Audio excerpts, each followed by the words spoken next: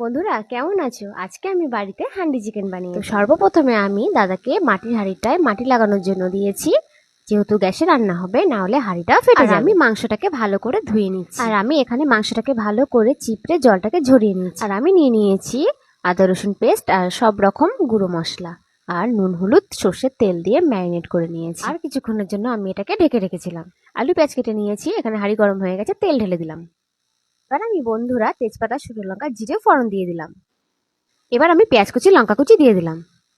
এবার আমি একে একে আলুগুলোকে সাজিয়ে দিলাম, কারণ এরপরে নাড়াচাড়া কিছু করা যাবে না। বন্ধুরা এরপরে আমি ম্যারিনেট করা মাংসটাকে আলুর উপরে ভালো করে দিয়ে দিলাম। বন্ধুরা এরপর আমি পরিমাণ মতন জল দিয়ে এটাকে ঢেকে দেবো।